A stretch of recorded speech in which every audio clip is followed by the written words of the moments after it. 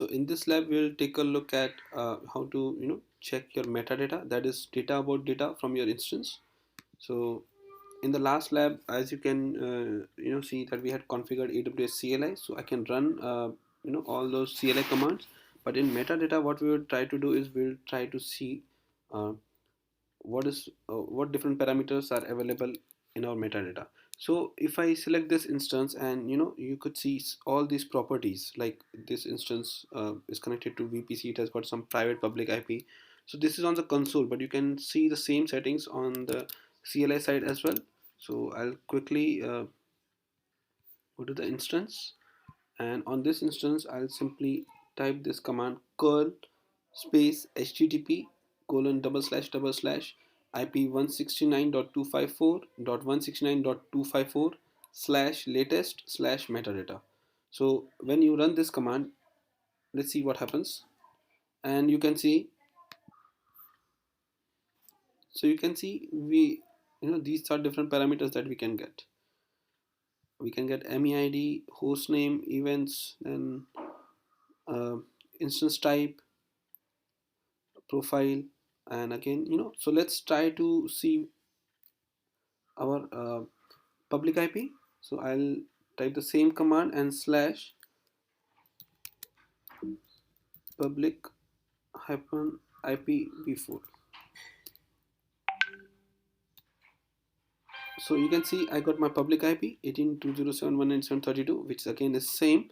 Let's try to see private IP. So the key, I mean private IP, you can search it by local hyphen IPv4.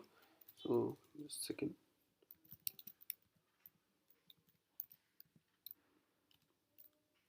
So this is my private IP. You can see 172.31.19.60, which again matches with my private IP of my instance. And let's try another thing. Let's see AMID. So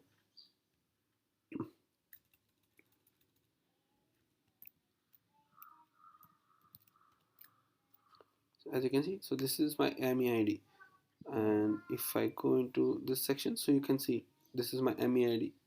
Okay, so that's the power of AWS CLI, where you can see your metadata. And why this is needed is because you might have to run some scripts to get to know your IP, and then from this IP you might want to connect to some other host.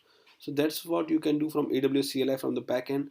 Once the instance is spawned, you can make scripts to get your instance details using this metadata.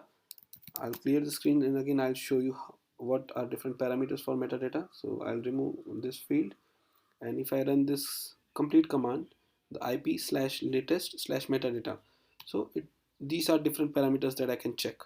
Even so you can see network slash, so there are other parameters of network that you can see inside this network, so that is again you can check.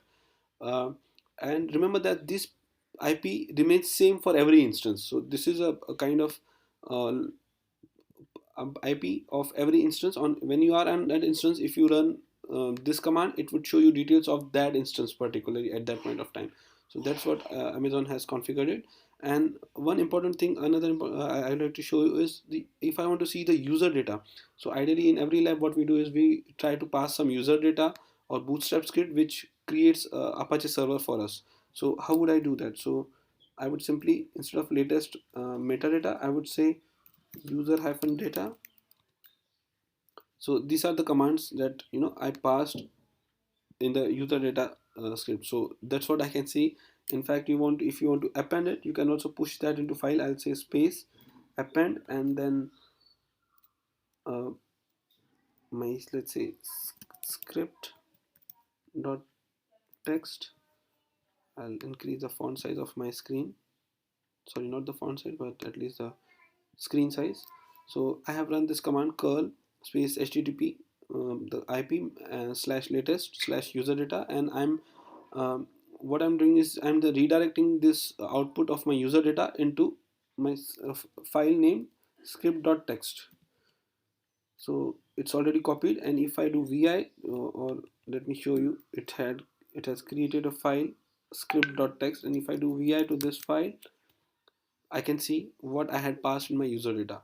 So this is what you can see this is the way you can use the user data command to get instance details or data about your data. So that's all I had in this lab, guys. Thank you.